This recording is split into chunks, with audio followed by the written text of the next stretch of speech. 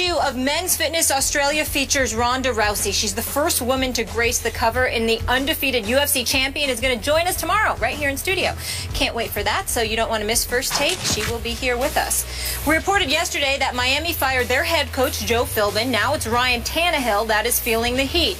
According to multiple reports, Philbin told the Dolphins practice squad players to go easy on Tannehill so the quarterback could get some of his confidence back. Reportedly, Tannehill was throwing so many interceptions in practice that he was frustrated to the point where he would talk trash to certain practice squad players. After they would pick him off, quote, listen to this, "Enjoy your practice squad paycheck. Enjoy your practice squad trophy." If that is true, just wow. Stephen A., your reaction? The operative word is, the operative sentence rather is, if that is true. Because we don't know. Yep. If that is true, Tannehill has lost this team. Because that is as low class as it gets. If that is true, the only reason Tannehill didn't get punched in his face is because guys were on a practice squad and they want a chance to be in the NFL, and obviously you saw what happened with the Jets. Or the coach had instructed them to take it easy on the starting quarterback. You know, well, keep in mind, Skip, that according to the reports, once the coach had instructed them to take it easy on Tannehill, what they did was stop running altogether whenever he snapped the ball. They showed no respect for him. You're the starting quarterback, paid $95 million, $45 million in guarantees, and practice squad players have to take it easy on you. How in God's name can you be a leader? I mean, that's worse than anything I could imagine with Jay Cutler.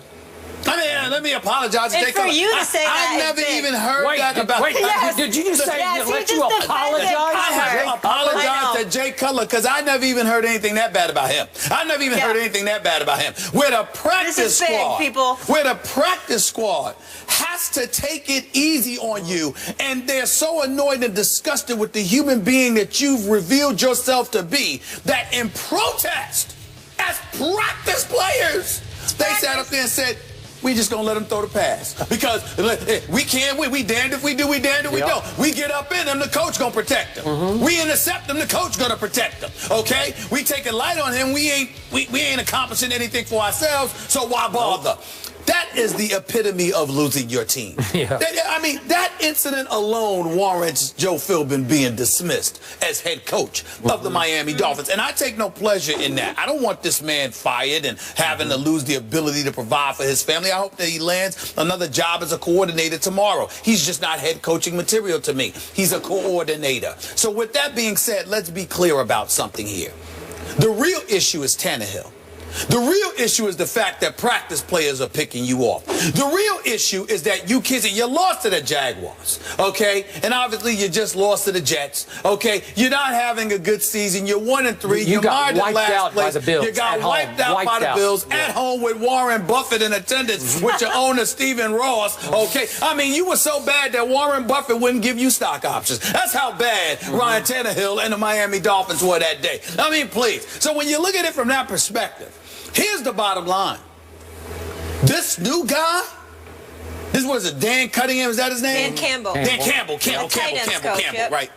I got to admit to you, Skip, he's just a tight ends coach. And in one press conference with him, I saw more in 3+ years with Joe Philbin. I'm with you. And I said this, I looked at him and I said to myself, well, he's not going to have a problem getting in anybody's face. Right? I mean, do you see how massive this dude was? I was sitting there saying, are you sure he ain't playing? Are you sure he ain't playing? He was a player. He looks like he can play right now. That's a big boy. That's a big boy. So I'm looking at it from the perspective of, this is the kind of guy that can get in a dude's face. Let's go. This is what you need to do. This is your job. If I'm him, I'm calling Ndamukong Suh and the crew up in there today. What do y'all want to do? Ndamukong, you were the man on Detroit's defense. What did y'all do in Detroit? What is it that you want to apply here? Offensively, I'm looking at Tannehill. You better man up. because I'm going to send these cats after you. Yep. And it ain't just a practice squad. It's going to be the first teamers, because that's what you got to go through on this NFL level. Did you say that to these boys? Did you say that to them? Money or no money, you're going to apologize right now. Because if you don't, I'm going to send them after you like a pack of wolves. Deal with it. They ain't play no games. It's football. Every Sunday, okay, because we're going to save money, because we damn sure don't expect to see the Dolphins on Monday Night Football. I haven't looked at the Monday night schedule in the last week or so I don't remember. But I don't expect to see the Miami Dolphins on Monday Night Football with their mediocre selves. Yep. Walking piece of mediocrity that they are at this moment. I wouldn't give them mediocrity. Right? Listen, I'm saying you Dan Campbell. You're going to roll up on Tannehill, because that's just bougie, it's uppity, it's elitist, and it just speaks to, you don't say that to cats. Okay, what if you're the new interim coach, looking like you could still play, and you roll up on him and get in his face, and you completely wreck what's left of his confidence? Well, I'm not saying that you disrespect him. I'm saying that you highlight that he has no right to be disrespectful to other people. Now, if you can't do that, you ain't head coach material. It's just that simple. Okay. If you can't do that, if you can't remind somebody that you're supposed to respect your teammates and you ain't supposed to belittle them like that, then you know what? I'm going to send them at you like a pack of wolves, because this is what you got to deal with on Sundays, what you getting a break here for. You know, I must remind everyone, we got thrown this story on the fly as it broke yesterday, and so we were off the top of our heads. I had forgotten that the interim coach that Philbin replaced was none other than Todd Bowles. That's right. Are you kidding me? And the finalist was Mike McCoy for the Chargers. So he takes his team to the, I'm saying he takes his team to the playoffs his first year in San Diego. And Todd Bowles, even though we like Todd Bowles a lot and we appreciate the job that he's doing, it's only 4 games in. I understand. McCoy took the Chargers to the playoffs. I'm betting on Todd Bowles. So am I. I'm betting on him. So am I. Yep. Okay, so back to the story. Look, I don't want to beat this to death. I've been on record before Tannehill's draft. I just never loved him for exactly this reason. I watched him a lot in college, and he never had consistently confident body language. His teammates never consistently responded to him as the driving force of the football team. He never looked like he really believed he was a quarterback. Remember, he was a receiver for a while in college, and he always looked like a talented receiver playing quarterback to me. He's got skills, we know that. He's not terrible, he's not a bust, he's just not that guy. And you're betting on that guy, and I told you yesterday, it's going to be hard to fix the Dolphins until you fix him, and unless you can fix him, I don't think he's that fixable, given all this. Well, so, okay, then where do you go? And let me do this about Stephen Ross. You've read a lot about him. Talking about South Beach, talking about wealth. He's an A-lister, right? He wants to have A-lister celebrities in his box during games. But why don't you hire an A-list coach?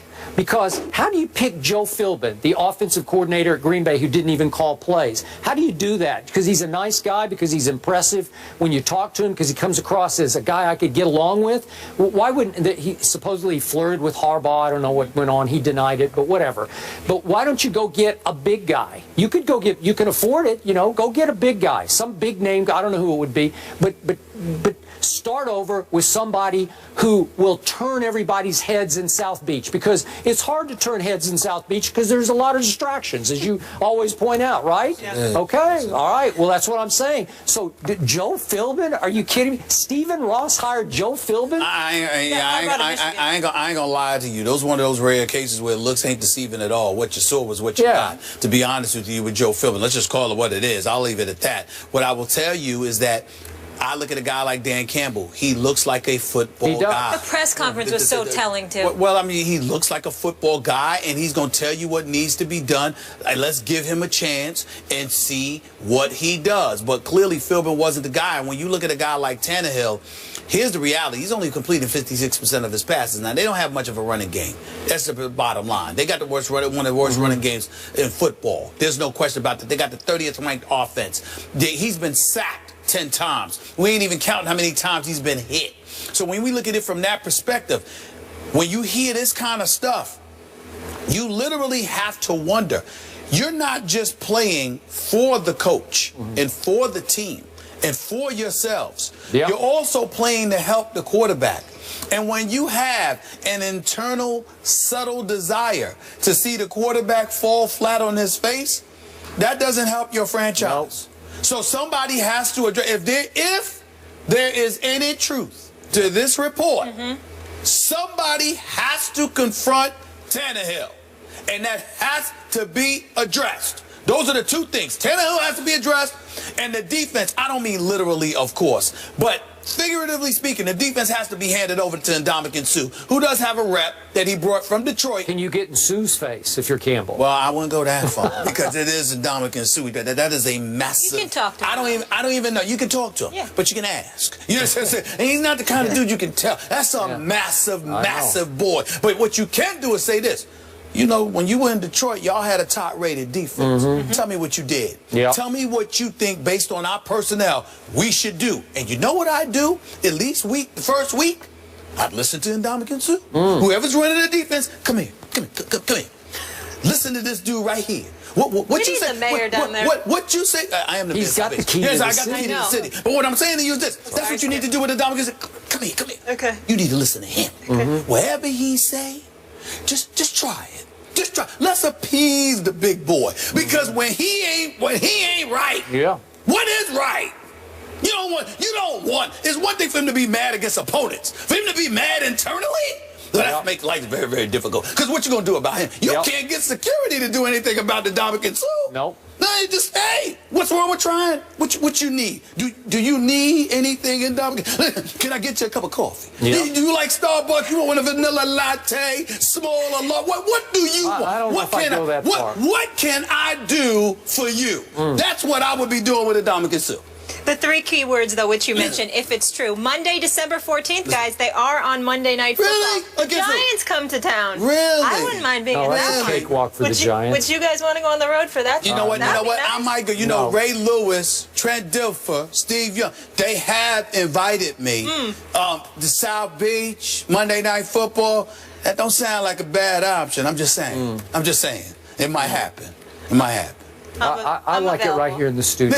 Okay. I'll stay here by myself. No. I don't want to see a Giants cakewalk. Come on. Somebody get this. I think he's trying to jinx them. That's a whole other They're story. Win 7 in a row. Stop saying it. Now I'm getting nervous about it. But we stay in New York up next. The Yankees are in the World Series push, but CC Sabathia will leave the team and address personal matters. We'll discuss that. We're back in a moment.